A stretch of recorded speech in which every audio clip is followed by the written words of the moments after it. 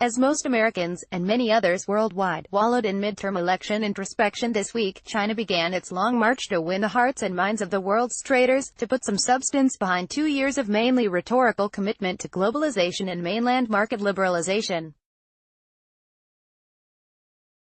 There is a certain elegant symmetry to starting the week with the massively hyped China International Import Expo in Shanghai, with tens of thousands of buyers from across the country flocking to purchase imported goods, and finishing the week with Alibaba's Singles' Day orgy of domestic consumer spending. As the U.S.-China trade war deepens, it is the right time to remind the world of the importance of China's increasingly affluent consumer market and of the policy shift away from export reliance and towards a heavier focus on the domestic consumer market. After the Import Expo, Chinese President Xi Jinping will move on to win friends at the Association of Southeast Asian Nations Summit in Singapore, where there are still faint hopes of finalizing negotiations on the regional comprehensive economic partnership.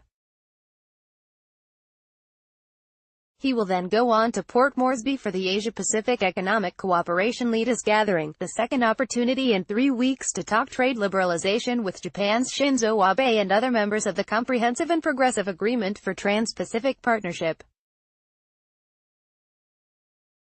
Beijing, looking into joining Trans-Pacific Trade Pact to hedge against U.S. no effort is being spared to reinforce China's message that it stands fully behind liberalizing its economy, opening it further to international competition and using multilateral deals to do it.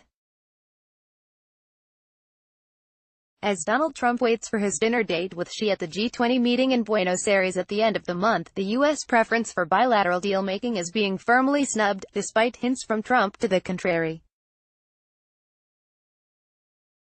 Watch why trade war with U.S. has sparked a thaw in China's relations with Japan, while Beijing may have drawn comfort from the Democrats' recovery of control of the U.S. House of Representatives,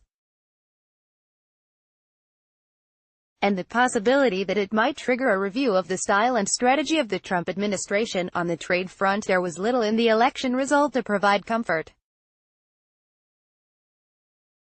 Democrats are by tradition skeptical about the merits of globalization, and Trump remains confident that his tough positioning on trade, with China in particular, continues to rally support. If China is to rebuff Trump's trade war, it is by now clear that the battle will be a long one, and must involve China being more successful in winning over other significant trading partners too.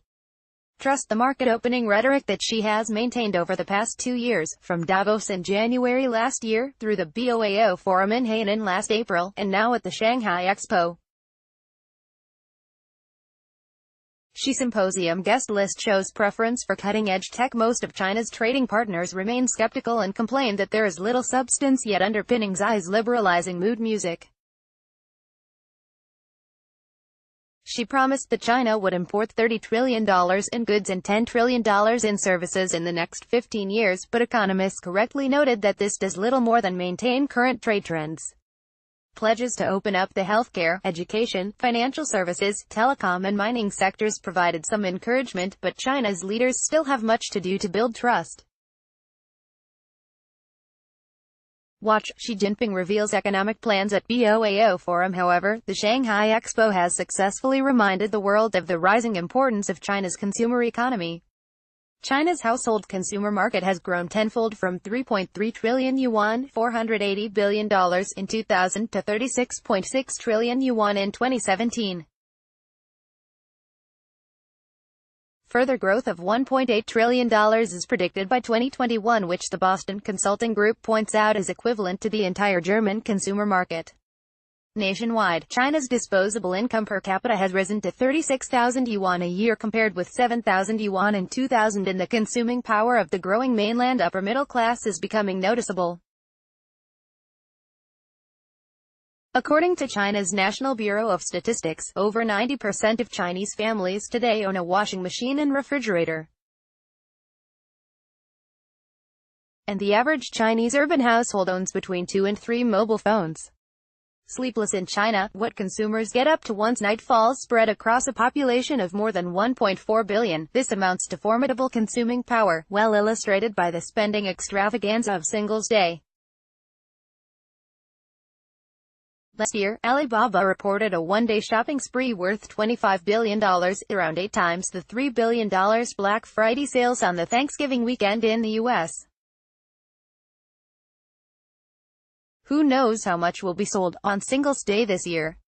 Watch, Alibaba lets AI, robots and drones do the heavy lifting on Singles' Day. Even if China's spending is mainly concentrated in the 9 wealthy eastern coastal provinces, this clearly explains why so many international businesses piled into the Shanghai Expo last week, and why they are so truculent about the slow pace at which China is opening up its domestic market to international competitors.